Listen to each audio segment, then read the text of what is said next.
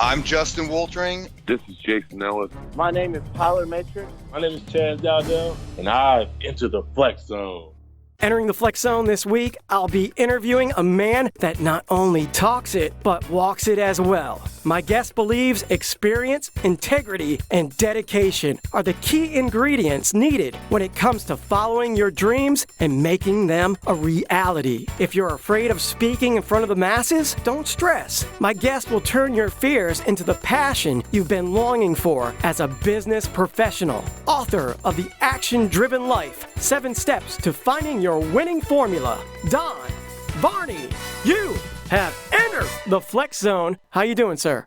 I'm doing great, man. That was awesome. Great introduction. Oh, they tell me that. I've been doing it for quite some time. And speaking of which, you've been working for quite some time as an entrepreneur, a self-motivator, and the likes of that. Where did it all begin for you? Well, actually, my speaking career began in 1972. Well, I was actually in the Air Force in 1972. But prior to the speaking aspect, I was basically a mechanic. I was in aircraft maintenance and trying to figure out how to stay as far in the back of the room as I could when they wanted someone to speak. And for some reason, I decided to go to the Air Force recruiting school. And that actually changed my life dramatically in a good way. Because when I first got there, I was thinking, well, I'll be a recruiter. It'd be great. I'll be able to help young people get into the Air Force, understand what it is, tell them the truth, because I got so tired of hearing my recruiter lied to me. And you see a lot of that in comedies and things like that, where they promise them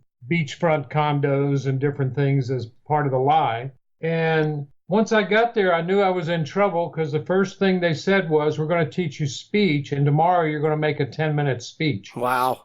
And it was like, really? No, I don't want to do that. But the reality was he had to continue on with the course. So basically, the real Cliff Notes version of this was I studied that night, developed my speech, got ready, stood up, delivered my speech, was told it was unsatisfactory and to meet with the instructor at the end of the class. And at the end of the class, I walked back. He sat down next to me, looked at me and said, Sergeant Varney, I suggest you get on the next plane and go home. That was the worst speech I've ever heard in my life. Wow. I remember taking speech classes, Don, and I remember having note cards, and we break it out into sections. When you presented for this speech, did you have any breakdowns with any note cards? So if you lost track, you could go touch on your note cards and get back into the action? Exactly. They showed us the system of being able to put cards together and come up with just main points to do impromptu type of speaking, sort of an extemporaneous method of speaking. And like he told me afterwards, he says, your content was fine. It was your delivery that was horrible. And back in 72, a man could actually say things to you without hurting your feelings or requiring you to go to counseling. As you can tell, I'm probably a conservative. What do you think? No, get out of here. But basically, it was kind of neat because my background in sports, etc., I'm a big competitor. And when that dude told me leave because you can't do it, it was like, no, what time do I redo this thing? I'm not going home. You're going to have to kick me out of here. Well, the end of the story is I went that night, met with a guy that was in the barracks with me who had passed his speech, and he spent time with me. And he said, I was in the room watching you. He said, your material's great. He said, but dude, you look scared to death up there. And he goes, it's only a speech, Don. And we started doing sports analogies and being guys. And the next day I went in at 7 o'clock in the morning and redid the speech to the same instructor that had failed me, who was, I thought, very helpful. I walked in the room. He said, great, Sergeant Varney, stand in the front of the room. Start when you're ready. You have 10 minutes. And some people, they perform better when the heat is on. And I'm sure there was a lot of pressure involved the second go-around, but I feel like you probably were a little bit more prepared. And like you said, you got to get people into what you're talking about. You got to get them fired up. And if they're not, they're just going to fall asleep or wander off into la-la land. Big time. And that was really it. You've got to be motivational. You've got to be inspirational, but you've got to be enthusiastic. And if not, people just aren't that willing to listen to you. In 1974, I guess things turned around. Why don't you explain to the Flex Zone fanatics what happened? Well, 74 was a good year for me. when the Air Force came out with a new program called the Professional Performer Award, I was one of the first 35 people to receive that award in the United States Air Force. Wow. Which was a total shock to me. I had been recruiting at that time for 2 years in Toledo, Ohio, and had done very well at it. I'd won all kinds of awards and different things along that line, but I had a big inspection come through, and I didn't realize that the inspection was part of being submitted to receive this award based on what I'd accomplished. And luck of the draw, I got it. I was shocked. I was reading the Air Force Time, and it talks about 35 people awarded the Professional Performer Award for the first time in the Air Force, and I'm reading the list and my name's on there. So it was kind of neat, and then I got a letter and so forth about it. But it just honored people for doing an above and beyond job in their day-to-day job. It's not like receiving a medal for valor or anything like that. It was just a program to honor people that are doing above and beyond in their job. And it was really great. And the neat thing about that was 74. And then in 1978, after I'd been selected to go to the Air Force recruiting school to teach, in 1978, I received it again. Oh, wow. And I was one of the first people in the Air Force to receive it twice. And I've received awards in the past, and people that I worked with that wouldn't even show up with me, people that I've mentored, they wouldn't show up for the award ceremony because there was a little bit of jealousy involved, I believe, on their part, which was very disheartening to me. You can win all the awards you want, but you still got to work hard and keep trying to follow your dream, because these awards that I've won, and I know the awards you've won, they might have been great, but it doesn't stop at that. You got to keep going forward. Absolutely. 100% agree with that. I'm sure you've heard of Rudy, the football player at Notre Dame. Yeah. I was fortunate enough to get to hear him speak to a group. You know how sometimes you go in, you get one thing out of an hour sitting and listening to somebody speak to you and entertain you and things like that. And he was great. I enjoyed the whole presentation, but he made one statement that I've hung on to. Gosh, when was that? That was in the mid-90s when I heard him speak. And he said, the problem with me is I set a goal to get on the field at Notre Dame and play. After I met that goal, my life just kind of became extremely normal. It just nothing really to write home about. And what I realized was just because you reach one goal, you have got to reset and set another, or you'll just kind of drift along aimlessly out in the sea. And I thought, wow, not bad. Because here his whole life was to wear Notre Dame's football uniform and play. Right. And then he's 21 years old and been there, done that. Now I have no direction. And I think that's where a lot of people mess up, is they don't realize that, like you said, when you reach a goal, okay, great, yay, have it for a moment, enjoy reaching it, but now set back and reset and decide what next. And the what next is a great question to ask anybody. In life, you need action, right? Yeah, like you said, you need goals. And if you're not, it's going to lead to depression, maybe being recluse, or just not having any desire to live. And that's no way to go through life. And, speaking about action, you have a book called The Action-Driven Life, 7 Steps to Finding Your Winning Formula. Talk about the book and how it's changed the lives of individuals that have implemented the 7 steps. Well, I've been very fortunate. I actually did an abridged version of that called Living the Action-Driven Life, which is pretty basically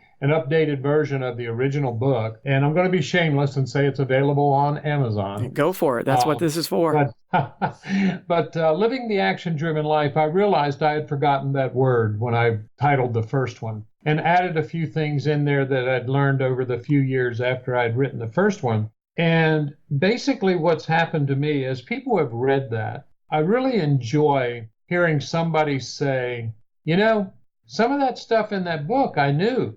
And it was great to have someone remind me that I knew it and I wasn't doing it. Right. And so, I've been a professional football coach and coached at different levels as well as a player, as you know. And one of the things that you learn in life is you may have known something at one point in your life, but if you're not doing it anymore, sometimes you just need a refresher. And this book has helped a lot of folks that have been kind enough to contact me or just call me on the phone. I've had some folks just call me on the phone and say, thanks for the book. I needed to hear what you said in chapter 4 or whatever about resetting or doing different things with your life, or reminding me that negatives are a big point in my life and how I handle them makes a difference in what I do with my life and who the people are around me and how I affect them. So it's really been great for me.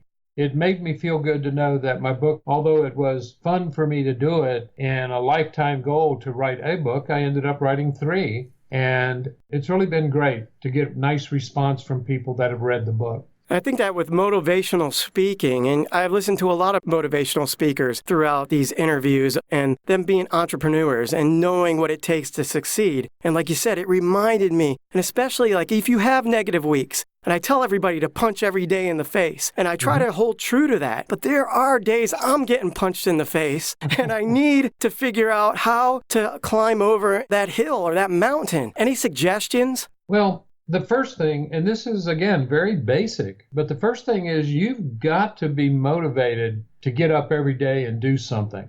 I spent the last 7 years breaking almost every bone in my body through a tumor that was hidden under my kneecap. And I went from being this crazy guy doing triathlons and playing football later in life and baseball and golf and running and biking to, in 2011, I started hurting for no rhyme or reason.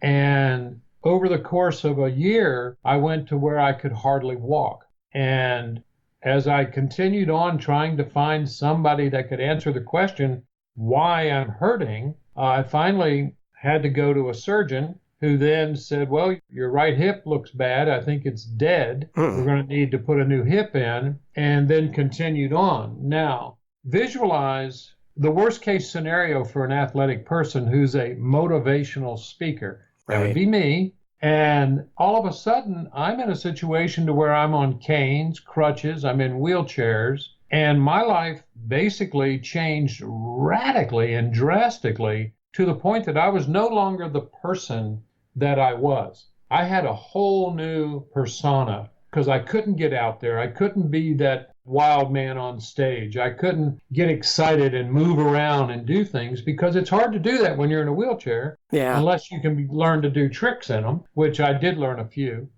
But it was very difficult. My wife was very complimentary of me. She said at the end of this, as we finally found the problem, and she was very motivating to me too, because she always would tell me, you know, you're doing great today. Hang in there. You're great. Don't worry about it. Keep up the good spirit. Keep taking care of people. You'll be fine. And she was very, very motivating to me. But what happened was at the end, I ended up at the Mayo Clinic in Rochester, Minnesota, give them a little shout out. And they found the tumor and found out that I was one of 300 people in the world that had this tumor and was diagnosed with this disorder. And I'm going to say it slowly in case someone in your audience is hurting for no rhyme or reason and they're starting to have cracks or fractures in their bones. It's called tumor-induced osteomalacia. And this is a very rare bone disorder that literally will crack almost every bone in your body and it'll end up putting you in a wheelchair. It's like turning into Mr. Glass. Exactly, because what happens is it's blocking phosphorus, and the phosphorus is needed for your bone to be healthy, otherwise it becomes brittle. Once it becomes brittle, it begins cracking and fracturing.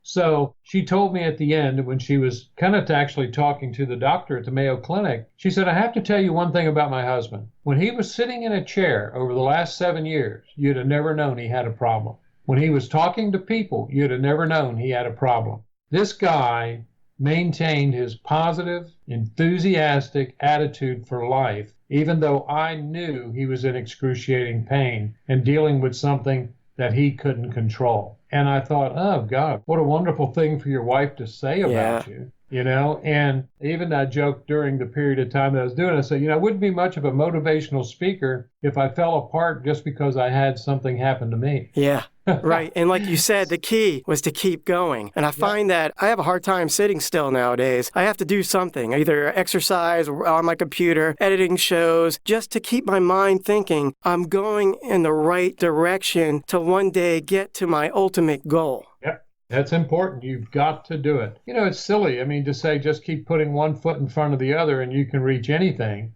It's such a simple thing, but it's amazing the number of people that'll stop and say, I don't know what to do, so I'm going to sit here for a while. And then the while becomes either the rest of their life Right. or... Yeah, it's wasted time. And I went on varneyspeaks.com. Everybody should check it out. And I came across a quote that really hits home to me. When people undermine your dreams, predict your doom, or criticize you, remember, they're telling you their story, not yours. Why don't you go into that in a little detail? Well, it's sad in one way. As I've done this journey since the mid-'70s of speaking to groups and primarily high schools, colleges, that type of thing, it's sad to see so many people that have this negative life that there's nothing, and they're always trying to shoot you down. And one of the little tests that I do, and you can start having fun with this when you're around people, is I would go into the coffee break room at different companies I was doing consulting in or whatever, and I would just go in the coffee room and listen to the conversations. And it was,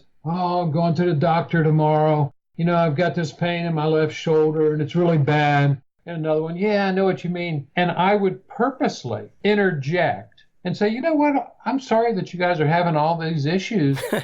What's good in your life? I want somebody to tell me something that's good in your life. You're here, you're walking, you're talking, you have a job. Tell me something good.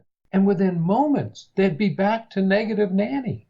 Yeah. I mean, it was crazy. And I started realizing then that anytime you try to help people, it's almost like they fight it because they want to live in that world of self-pity because they've gotten so used to hearing it from their friends, from their family.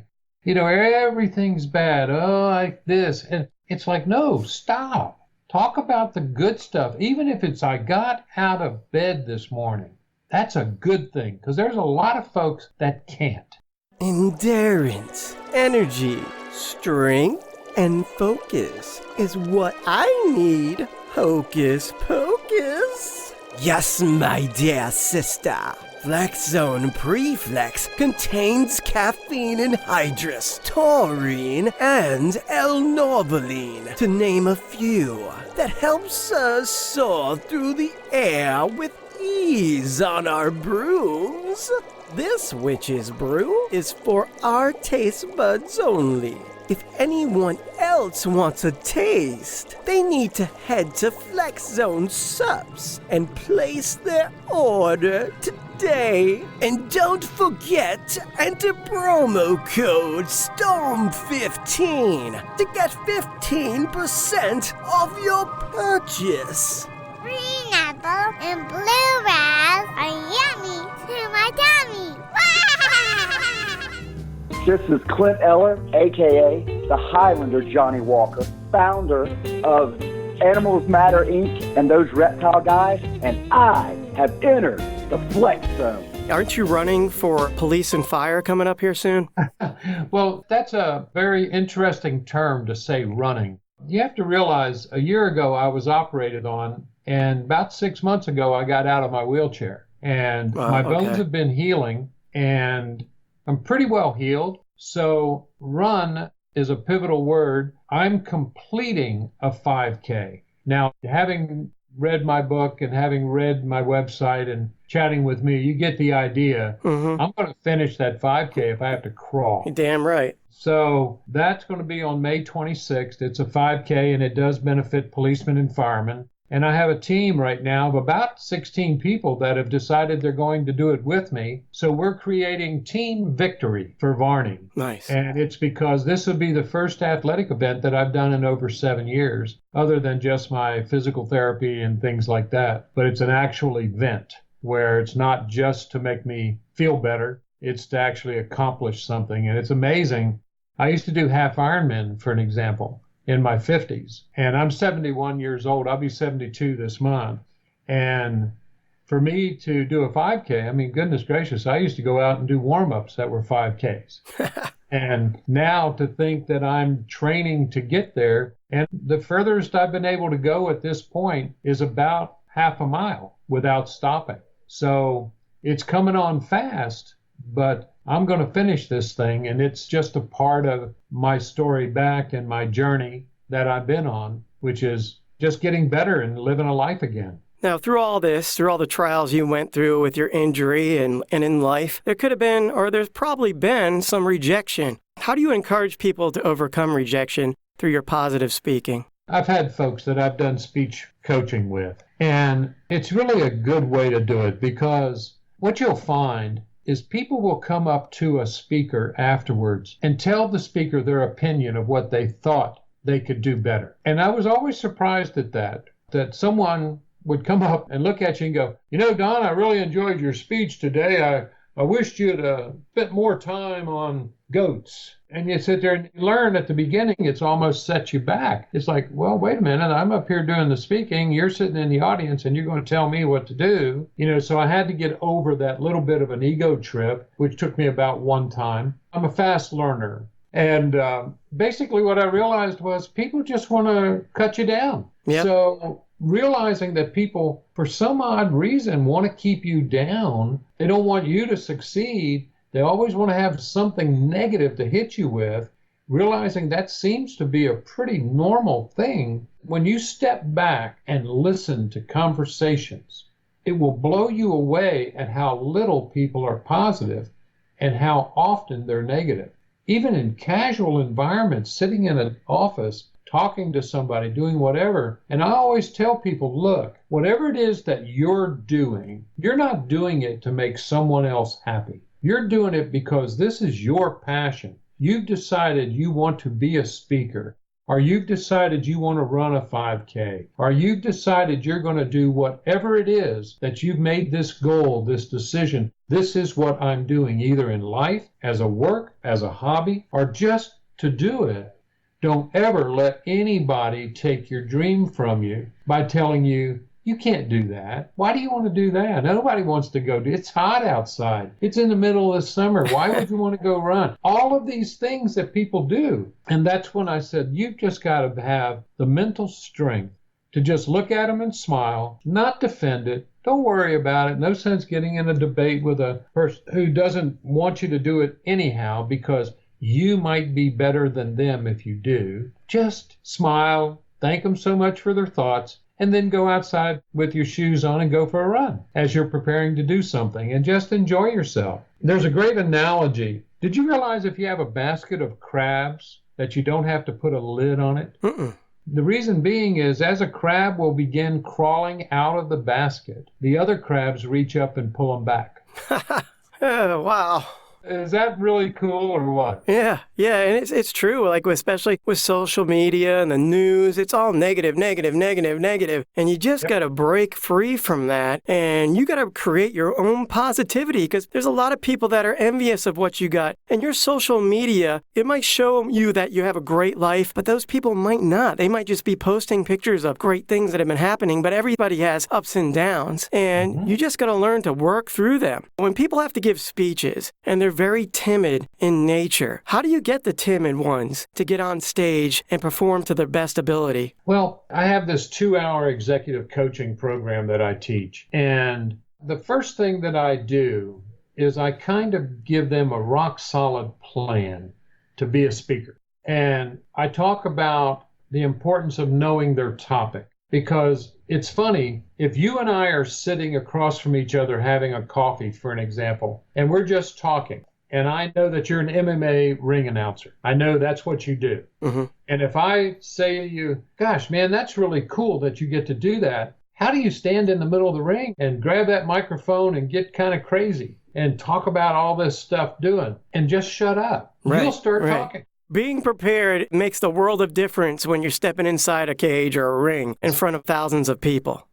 And that is the first thing I tell them. If you're going to be a speaker, at the beginning, only pick topics that you are passionate about and that you have knowledge of, because that knowledge will carry you through. An average person will do a 10-minute speech. That's about what they'll do at the beginning at a little lunch thing or whatever, and then they can open it up for questions. But I tell them up front, look, if you know what you're talking about, you may not be the greatest speaker, but you're going to be factual for 10 to 15 minutes because you know that much about your topic. And then once I get them comfortable with the fact that, oh, okay, then we sat down and I began breaking it down like you did with your speech class. I say, okay, let's look at your topic. Let's break it out into segments and let's talk about, I'm going to talk about this and then this and this, and develop 3 or 4 main points and follow that format. But you're always talking about something you know about. And if you listen to most speakers, they always talk about what? What they're an expert at. Right.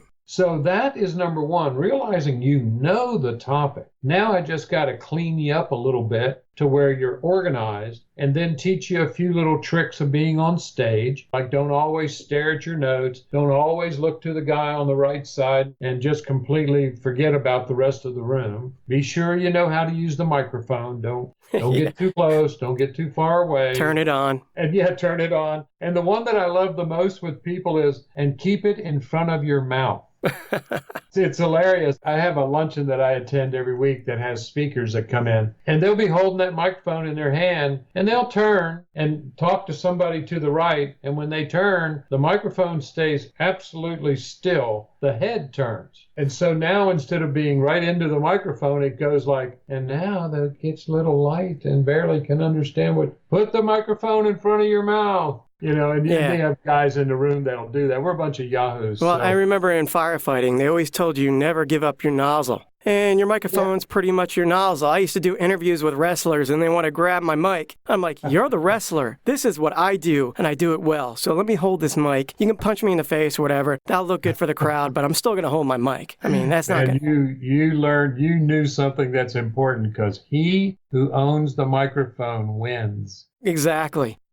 And speaking of winning, and since we talk about fitness on this show as well, how did you lead the country in sales as the CEO of a nutritional distribution company? Well, in 1995, I had an opportunity as a consultant to come into this company. And it was an interesting situation because I knew the people and they had really just kind of invited me in. They wanted me to come work with them for 30 days and try to help them get organized. They kind of had this great product and great ideas, but they couldn't implement it. They just couldn't make it happen. And as I went in and was doing my consulting with them, I kept really looking at this product and I kept looking at the people involved and the formulators and so forth, and was kind of like, wow, this ought to really work. And so what happened was at the end of my consulting, we had already started making inroads into moving this product. And they grabbed me and just basically made me an offer I couldn't refuse, which was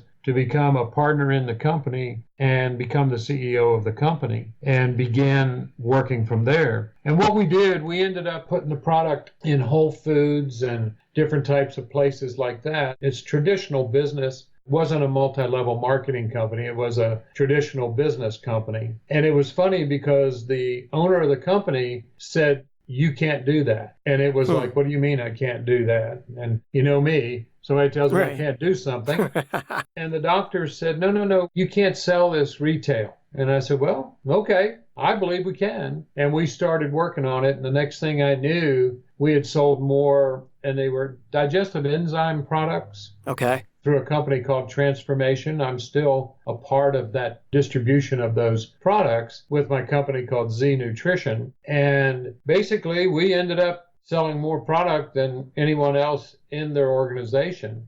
And then we just took off like a shot. And then 5 years later, as happens so often, you have people that say, well, I think you're doing this wrong and you're doing that wrong. And you get the idea and things sort of start falling apart because money is being made. And they started, and I said, this is easy. I came in here to be a consultant 5 years ago. And look what I've done for you. So thank you very much. I'm gone. I have my own company. This has been a good 5 years, and I appreciate it. Bye. And that's when Z Nutrition became a reality, and I was able to continue on with the product line, not with the accounts, because that wouldn't have been ethical on my part. Right. Go after the accounts that I'd set up for the other company. And so that was it. But it was a matter of realizing it was a great product, and a great product that people could use if they only knew more about it. And so it became an educational thing. It became going out the door, getting in front of buyers for these larger companies and getting them to basically look at the product, kind of basic sales 101, but aggressive. And then I did a lot of sports things. I can't tell you the weekends I spent on a ball diamond or on a flag football field or at a university. Priest Holmes, for an example, was a guy that used my product at UT. I don't know if you remember Priest. Oh, yeah. Kansas City Chiefs. No, Baltimore Ravens is where he started. Okay, yeah, Ravens and Chiefs. And ended up at the Chiefs being the leading rusher of the NFL.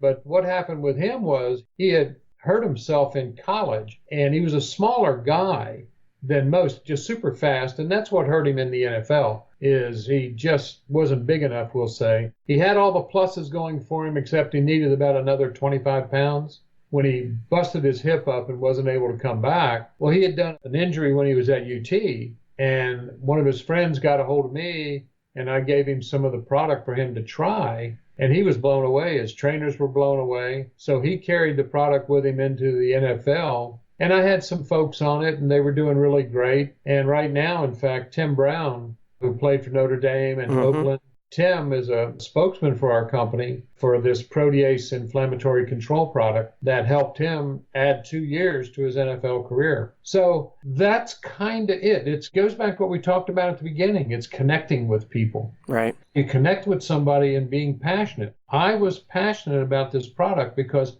I knew it worked because it had worked on me personally. So when I'm talking to people about it, it was easy. You know, I was talking about something I was an expert at. Not an expert so much at the product, but an expert in what the product will do for you.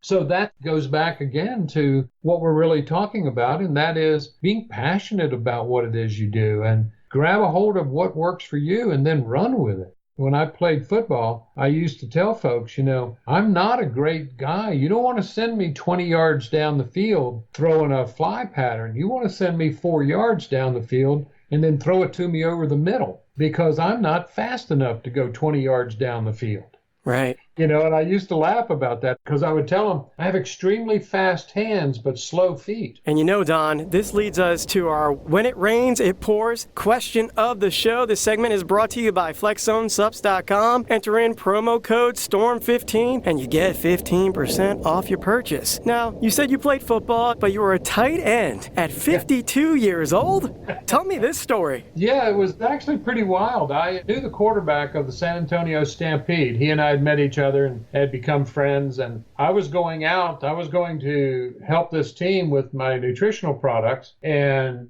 just basically give them to them just to say that I supplied them type of thing. And I was there catching football with him, and the coach came up from behind, and he hadn't actually looked at me, but I was doing short little patterns and catching the ball and doing these things, and he walked up and tapped me on the shoulder, and he said, "Hey man, are you trying out?" And I turned around and I go, "I hadn't thought about it." And he kind of looks at me. He goes, "What position would you play if you did?" And I said, "Well, it'd be tight end." I said, "You know, I was a linebacker, but I think tight end would probably work a lot better. I've been a tight end at other times." And he goes, "Well, why don't you try out?" And I did, and made the team. Awesome. And the cool thing about it was got game film of me actually in a game playing, which I think is exciting. But we won the championship that year for the USIFL, and I got a great ring for the championship. And after it was all over that year, they told me they should love to have you come back next year. And I thought, we had a perfect season, went undefeated, won the championship, got a ring. They gave me my helmet and my jersey, which hangs on the wall in my office. And I go, gosh, it's hard to be better than perfect. I said, you know what? At 52, I've been there, done that, got my shirt, I'm done. And the next year they went 500. So as a joke, it must have been me that was the reason they won. That's great. We're going to be wrapping things up. You got any shout outs you want to make before I let you go? Well, you know, I just want to thank anybody that's ever brought me in to speak to their organization or group. Definitely a big shout out to my wife, Yvonne, who is truly an inspiration to me. She's a neat gal. I'm very blessed to have her in my life. All right, Flex Zone faithful, that wraps up another great episode of ETFZ. If you want to follow Don Varney on social media, you can do so on his website at varneyspeaks.com, on Twitter at Don83, also on Facebook at Don R. Varney, YouTube, Varney Speaks, and Instagram at Don_Varney. You're going to want to follow Flex Zone Sups at Flex Zone Sups on Instagram, and FlexZoneSups.com is the website. You know the deal. Put in promo code STORM15 and you get 15% off your purchase. Experience the knowledge you provide. Integrity. What exactly do you stand for?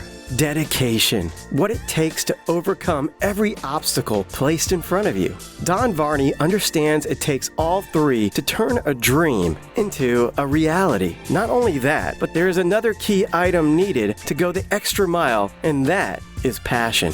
It's a much easier task expressing your ideas when you are passionate about them. Passion will guide you through all the negativity that is placed in front of you, ultimately leading you over and out in that feisty bucket full of crabs. I'm Brad Storm. You can follow me on social media at Brad Storm Lanou on Instagram, Brad Storm VO on Twitter, Brad Lanou on YouTube, and my business, Voices of the Storm Recording, on Facebook. Give it a like and check it out. Also, we're on every platform, you know it. We are on Apple Podcast, iTunes, Podbean, Spotify, and Stitcher. And head over to iTunes and leave us a written review. Talk about what's going on in your life. Leave us a comment on your business, any ideas that you have, anything you want to put on there. I will pick one out every week and read it out loud for the Flex Zone fanatics out there. And speaking of which, we have Andis.A.Town.